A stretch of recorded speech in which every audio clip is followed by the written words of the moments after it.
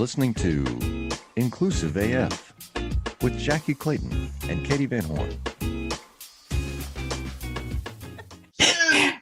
Hello. Oh, hi, and welcome. Hey, Sue. No, you need to lean in. Lean in. What the F podcast? Nope, that's not what it's called. Try again. Oh, sorry. Welcome to the inclusive, except for 5 women in particular, AF podcast. My name is Jackye Clayton. And this is... Call me bad and bougie. No, I cannot. No, I may not. Mm-mm. This is Katee Van Horn, and I am not calling you that. And I am... All right, so I mean, like, we got to just go in, yeah. go in. All right, do we want to start with this book that I don't even know? I have no words, folks. I have no words, and this is a podcast that kind of makes it difficult. So Jackye just shared with me a book. The book is called Bad and Bougie, Toward a Trap Feminist Theology. Yep. And it has a gorgeous black woman on the cover, to be clear. Yep. And it is written by a white woman. The Quaker, Jennifer Buck. And it says... not that we have an issue with Quakers. Right. We love you. If you're out there and you're a Quaker, thank you for listening. But... Right. It says, this book engages with the overlap of Black experience, hip-hop music, ethics, and feminism to focus on a subsection known as trap feminism and to construct a trap feminist theology by author, white woman, and lovely Quaker, Jennifer Buck. She has a PhD. She has a PhD in theology and religion, so she definitely should be writing about trap feminist theology. That totally... It's fine. It's fine. It's totally fine. Everything's fine. What in the world? What in the world? Like, in what universe do you go, yeah, this is what I should be writing about? And wasn't there like a manager that said, or you call it an I'm going to go with, I want to know... I want to know who published it, but I also don't want to know because I'm going to get mad at them too. There's 1 star on Amazon with 5 ratings. Yeah, I can only imagine. By the way, there's another book by a Black author named Cecily Bowen called Bad Fat Black Girl Notes from a Trap Feminist. Okay. Which has already been written. So they didn't just do that. They co-opted the trap feminist line. There's so many things. I was just starting to get hope again. It's not funny. I just love, I will encourage everyone who's listening to go read the reviews. Oh, it is entertaining, that part. I do. I think that the best is, why is she speaking for Black women voices and who gave the okay for this? Yes. Like, that's the perfect response, is like, who said this was a good idea? Who said, yes, you should do that? And she might be a lovely human. I don't know, but I know. Just know. Like someone said, and I like this. It's like, I want to call it a kind of psychological violence. Right. Yeah, like it literally is like a warfare. And I do like the IKUFL as well. That was also a good response. I'm just saying. Baffled. So I think that the lesson here, folks, let me speak to the white women for a minute, if I may, Jackye, if it's okay with you. Absolutely. Go ahead. If you're a white woman listening, I'm going to use a cuss word. Fucking stop it. I apologize. Hopefully that was enough of a warning before I did say the word. What? Why? This is not even. I like this. It says culture vulturism. It's not even cultural appropriation. It's worse than that. Right. And it's frustrating. It reminds me of like when women are in the office and we have these meetings and then we get cut off and then a man says the same thing and people are like, oh, that's a great idea. Like you just stole it. You just went with it and didn't acknowledge that anybody else happened to do that. And that's what this woman did. Like she took somebody else's philosophy. I was just baffled. So like in Googling and trying to figure out what we should talk about, that came up. And originally I wanted to talk, and we should talk about this too. There's a documentary coming out called No Title for Tracy. Tracy is a lawyer and Harvard graduate. When Tracy was in high school, she thought that she had the highest GPA and she was the valedictorian. 38 years later, found out that the principal gave it to a white boy in the class, even though she actually earned it.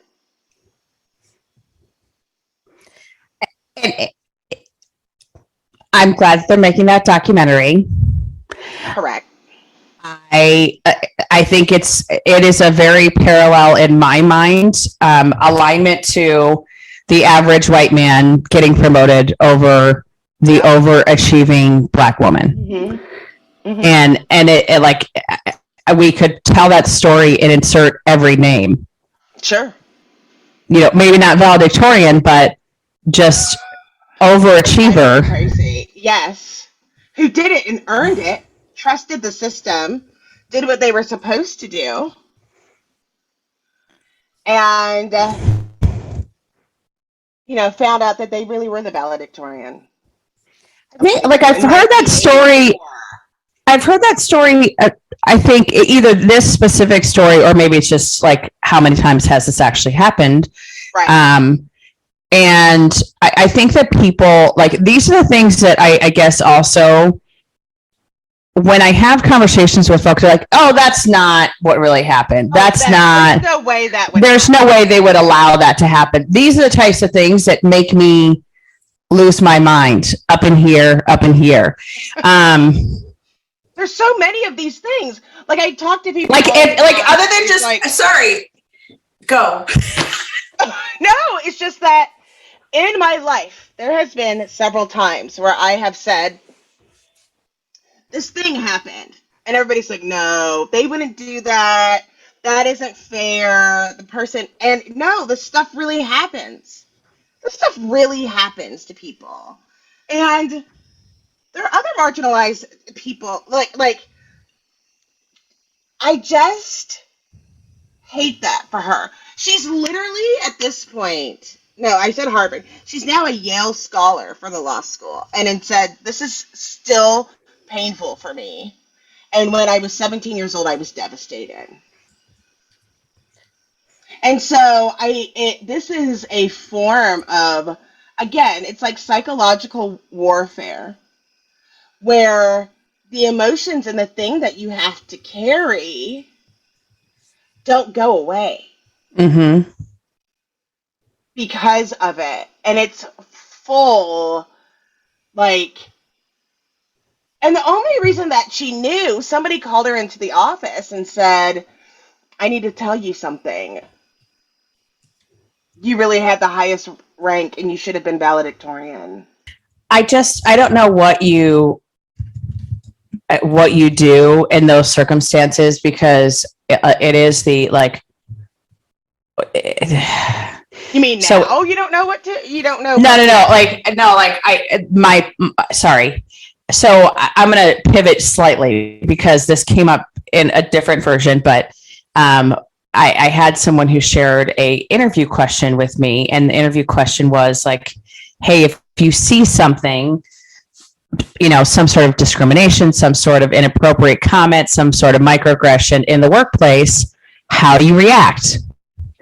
And it and so they said, oh, the answer I'm looking for is that they would step in, that they would say something and they were explaining that someone had said, well, I would probably go to HR and, talk to them. And I had to have the conversation of, well, that might be the right answer though. Like if they're not comfortable calling that person out or saying something, or they can't because they won't be safe if they do, then that absolutely is the right answer. But it is like how much expertise is lost, and like how much time has that woman lost on thinking about this, feeling like crap about it, and all of these things across the stage and giving her valedictorian does what at this point? But but it's also those types of things do impact things like scholarships and how you are, what you're given, and how you're set up for college.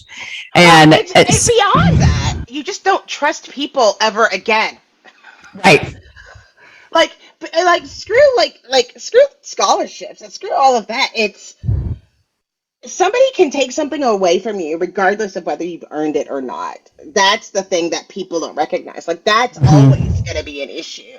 And I mean, we're lucky that she kept going forward and was able to be successful and do those things. Right. But yeah, how many scholarships did they lose? Did they lose a scholarship or an opportunity or different things because they weren't able to carry the ranking?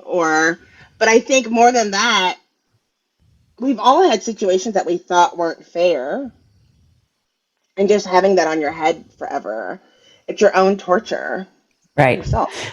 Hey, this is Brent Skinner, host of Small Talk Window here at the Work Defined Podcasting Network. Have you ever wanted a short podcast to listen to during a coffee break of your workday? You've come to the right place. My guests dispense with the small talk as quickly as possible and settle into a meaningful conversation around the world of work. But it's also like, how did that impact her longer term, as you're saying, like from you can't trust anyone, but also, are you going to try as hard? Right. If your hard work isn't actually paying off, if your hard work is being ignored or actually stomped on, are you going to work hard in the future? And it kind of also, it makes me think of I'm going to totally butcher her last name, but it's Joy Buolamwini, and she's the AI person. She did like the facial recognition work. And she recently had a situation where there was a like documentary done by like 2020 or ABC or one of them. Please excuse me for whoever didn't do that. I'm not trying to throw shade, but this is a little bit shady. But they interviewed a bunch of members of her team, and then had some white dude on as like the expert to talk about it, but like use their research as part of the story. And it was like, wait, what? So no credit given. And then it was like, oh no, the white dude's the smart one in the room, not these women that have been doing these amazing things. And it's just that same, kind of the same thing, where it is just like the work is not being acknowledged or thought about, or it's acknowledged, and it's give credit where credit is due. Is when people say oh, like, why do I have to like apologize for slavery? I didn't put anybody into slavery. It might have been my ancestors, but it wasn't me. And the whole point is like, you're benefiting from that same white supremacist system that would allow you to get something that you didn't deserve or allow you to take something from somebody else. And they said in the little article that I read that the whole class, everybody knew it and nobody did anything about it. Right? Nobody did anything about it. And also, this is also, you're a child. That's right. So what are you? And these are the adults, and these are the adults doing this to you. And so I was, because I like to listen to really horrific murder podcasts and different things like that. Well, there was one recently, and it was talking about, and I'm going to forget the name of the podcast. I'll find it in just a moment, but it was talking about the this young woman that was raped. and went back to school, and the teachers were bullying her, and she ended up dying by suicide. She hurt herself and passed away. And it was like, well, what do you expect when like the teachers turn on you, the people that are supposed to protect you, the people that are supposed to keep the classroom safe? And in this case, it was, the administrators, the teachers, whoever it was, that put her in a spot where she wasn't going to succeed, or she wasn't going to get the acknowledgement of the hard work that she did. Yeah. I just wonder where's the kid that they made valedictorian, and how many people knew? It's like, and how much money a year is he making, and what job does he have? we should go look at the high school valedictorian for the yearbook. I'm sure it's not that hard. No, I'm sure it wouldn't be that difficult to find. Right. Right. I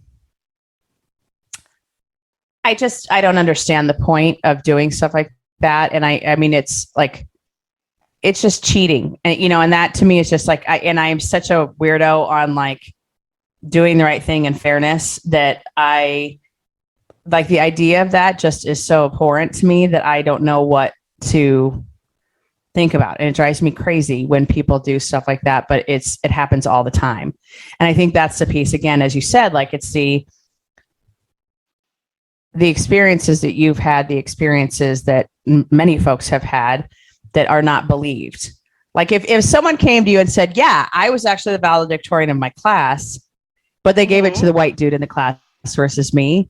So I'd be like, oh, okay, Jackie, sure. You bet. I believe you. Mm-hmm. I do believe you were the valedictorian though, Jackie, no matter what anyone says.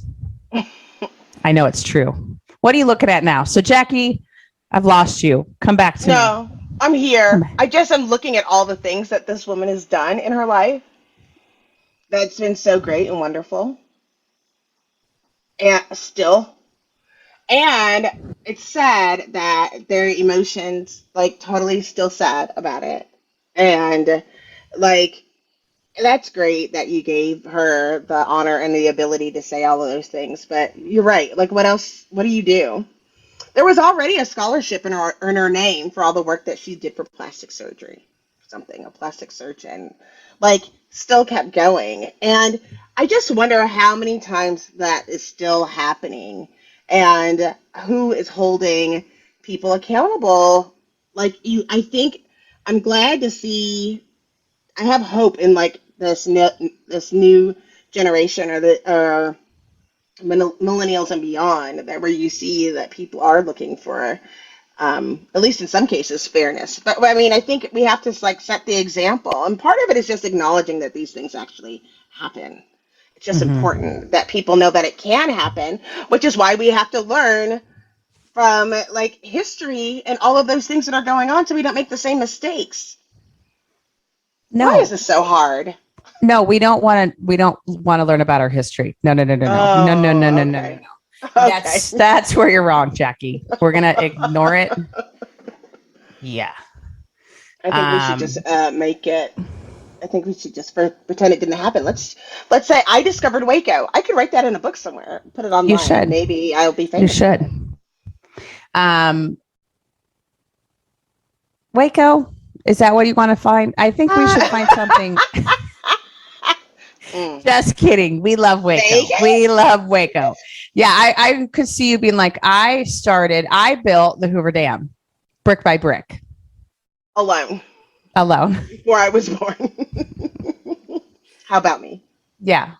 I was going to say, but then that would also be like the Asian American people that really actually did that would not be credited. So maybe not that either. Well, we don't. But that's the other part too. We don't have any things other than the pictures. Anybody. Right.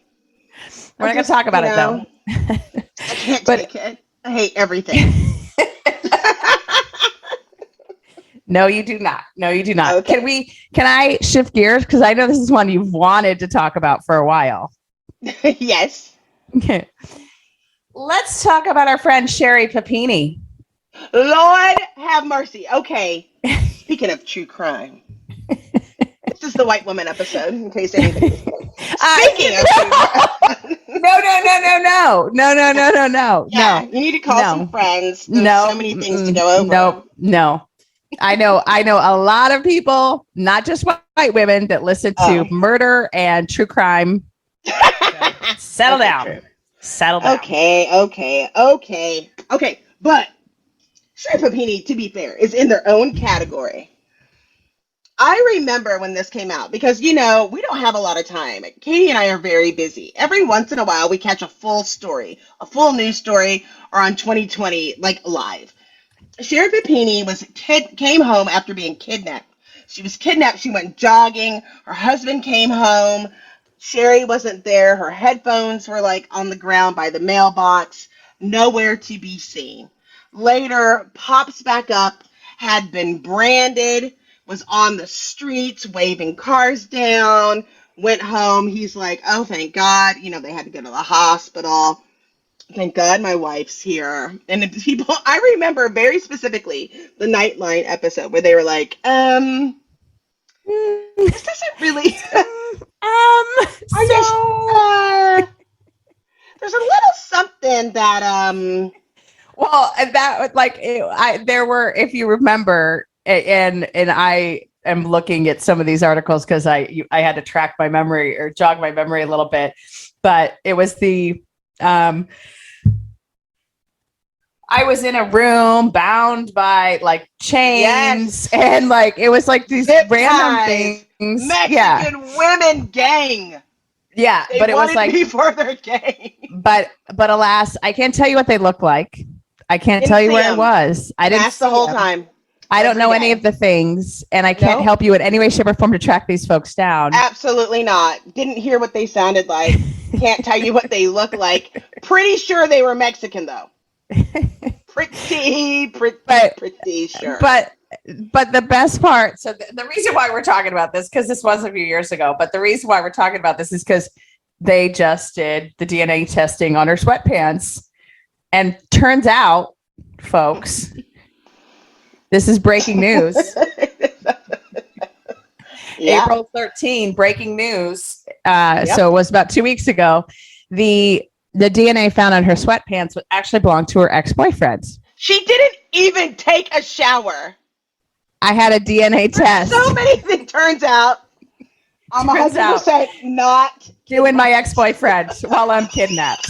100%. That's what happened. 100%. What? I took a DNA test and 100% I was at my ex-boyfriend's house.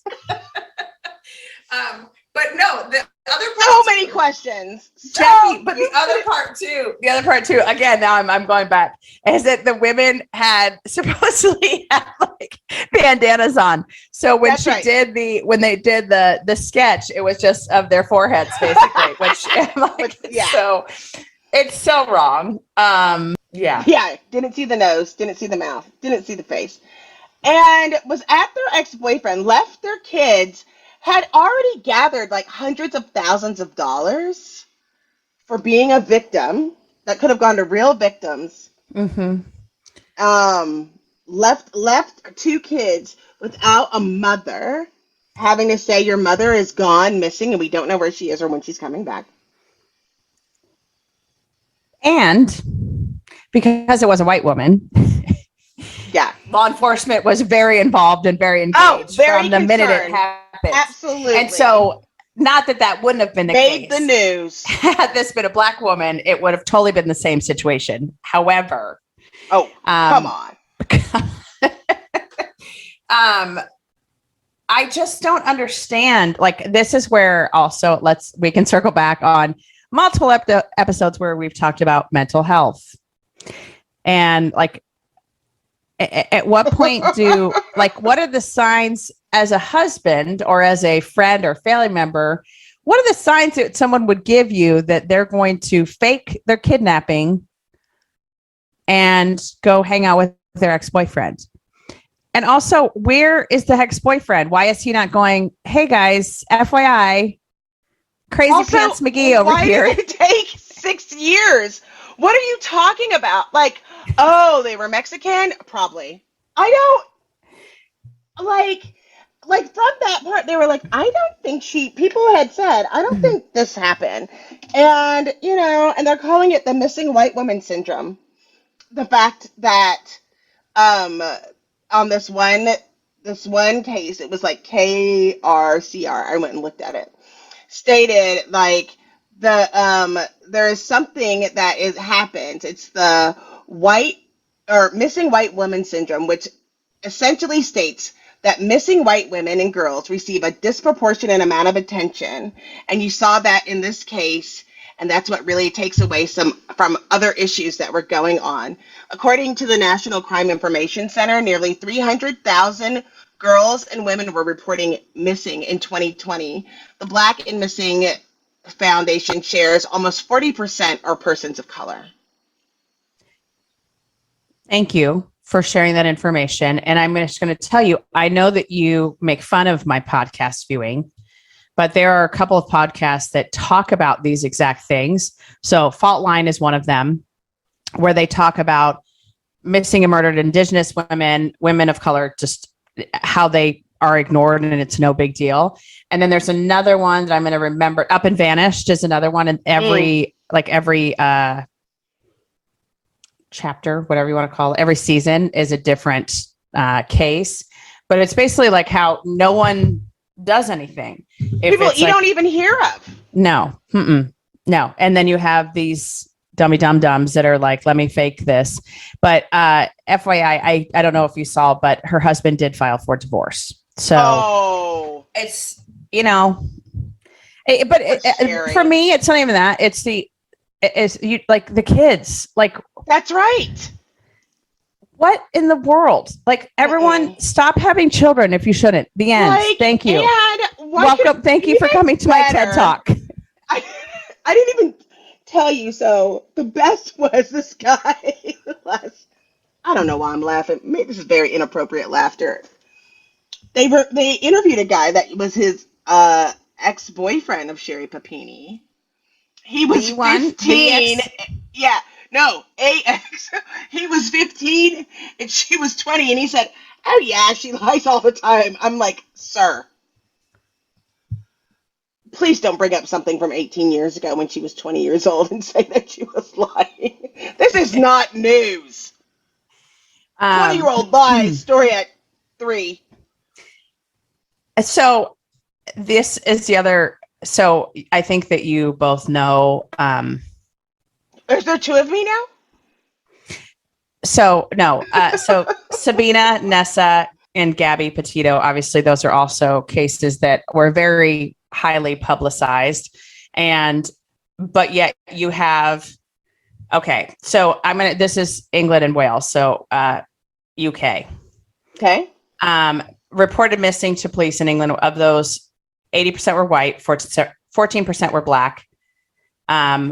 But the publicity how much publicity came out, 61% of the missing persons were who were white.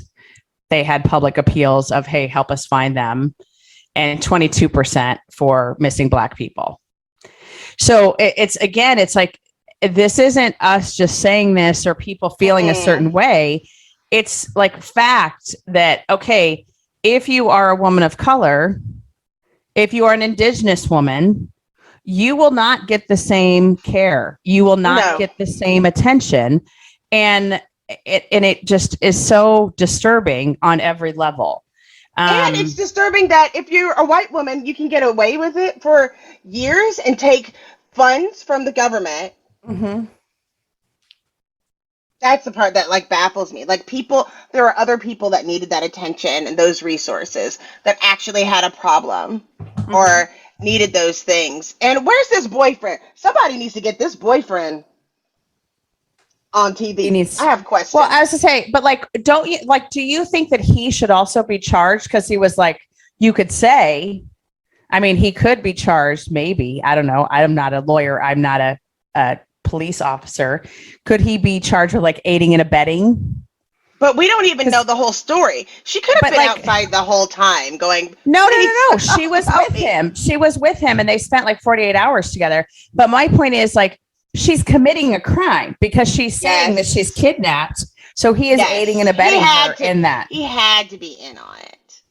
Get ready to turn up the volume on your HR game. I'm Jay Arnold, former musician turned HR leader and host of Backstage Pass, the HR Rockstar. Each episode pulls back the curtain on key HR topics, from leadership lessons and bold career pivots to the latest in HR tech and talent strategies, featuring the rock stars within their industries. If you're ready to shake up the status quo and amplify your impact, this is your all-access pass. You can catch the show on the Work Defined Podcast Network and wherever you listen to podcasts. Subscribe now and let's rock the future of work together.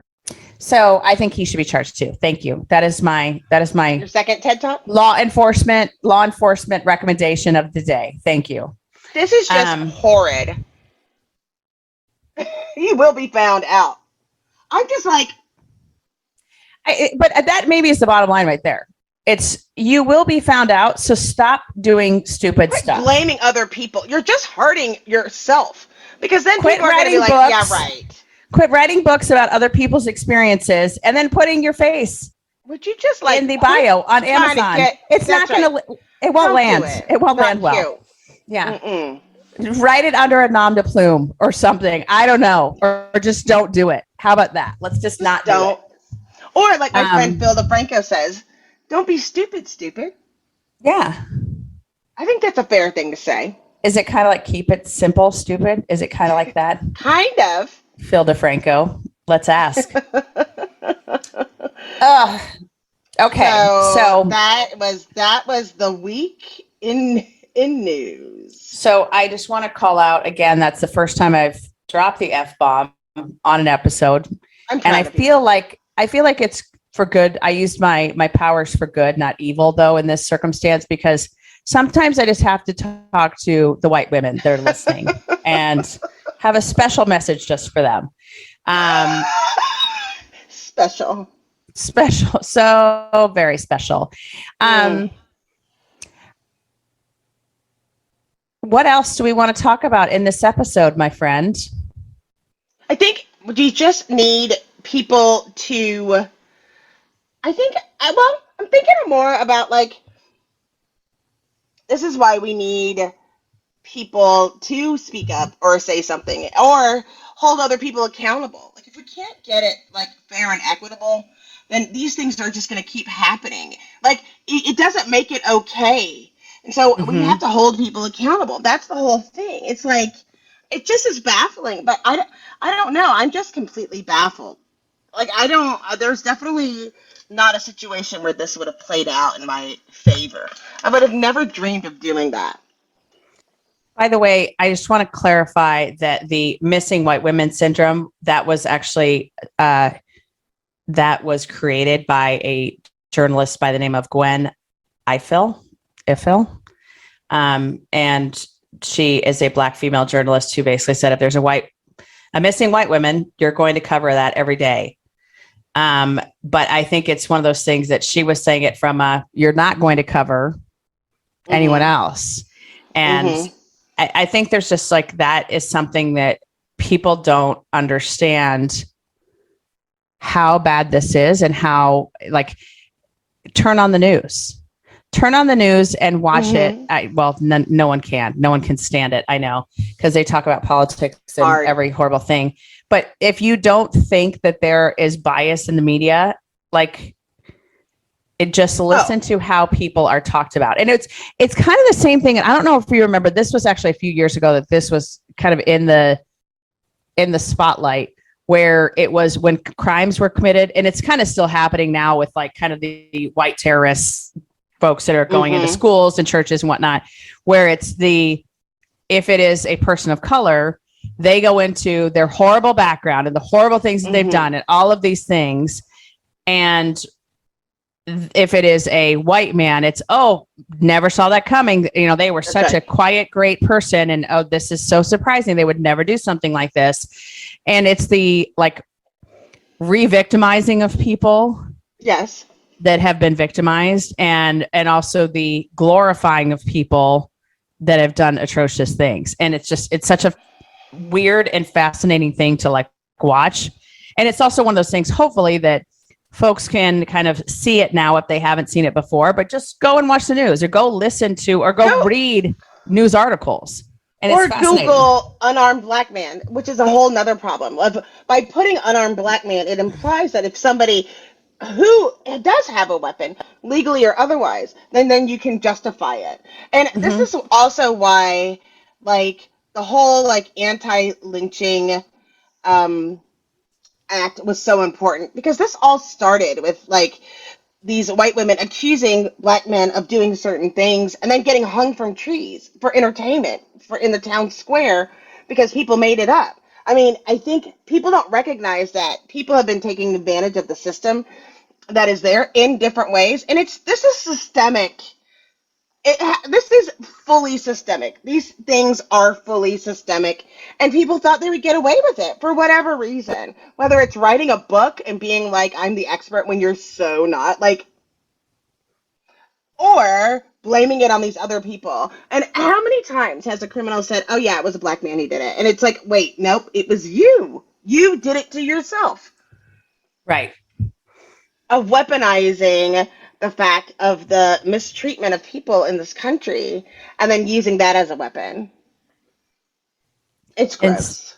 It's gross, and it's done every day. Every day. And I think, I mean, this goes to something, though, that I think is also happening kind of in the workplace, obviously not to the extreme of people dying, hopefully.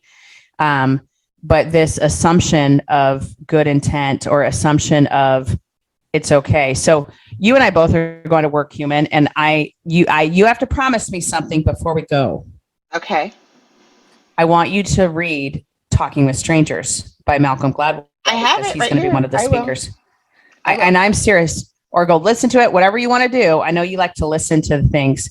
I did find out something about Jackye I did not know before, folks. You know, she stayed with me for a week. And what I found out is that there's always something in her ears. Yeah. She's always listening to something, which I that's how she covers so much ground. Me, I'm like, I just want to sit quietly and not talk to anyone or look at anything or do anything. And she's like all over Constant. it, which, makes me so happy. So that's why she's smarter than I am. That's why I'm always like, did you hear? And then she's like, no. No, let me go Google that real quick and I'll find out what the story is. Okay. So I think, as we think about it, as we kind of talk about this, the message or the lesson here in my mind is stop lying. Stop talking about stuff that's not yours to talk about. Like, cause I was thinking about, I'm like, you know, maybe if it was like, if she was like, let me tell you a story about this one person who's part of the black trap feminist theology. What? But like, then no. I was thinking then almost it'd be like a biography, right. Not a bibliography, a biography. Yep. So like, I'm trying to help her in some way. And I don't know why I'm trying to help her. It's just not good. It's just not good. But anyways, it's not okay. gonna happen. It's not gonna happen. It's not gonna work out. It's not gonna work out. Hey, something I want to talk about in our next episode. And I can't tell you right now. We'll have to talk about it in the next episode. But what's your one thing that you want people to listen to or hear from this episode? Like, check these things out before, when people are saying stuff like this. When you people like, and if you see something, try to say something. Get them help. Just get some help. Because we have to stop when it doesn't make sense. Just do that. And if you see that in the situation with the kid and the grades, like, don't let people do unfair things. If you have an opportunity to make it right, make it right. You don't have to wait 30 years to do it. Right. So there's that. Go to the all-white school board and tell them this is wrong. Exactly. I'm going to throw up. Nelly. Ugh. Okay. So thank you all for listening. This is Katie Wait, Van you Horn. didn't give us a thing. I did. I said, stop it. Cut it out. I said, stop talking for people when it's not your business. Like, no, that's stop fair. it. Yeah, I agree. Okay. All right, boo. This is Katie. And this is Jackye. Toot toot Bye. toot. Bye.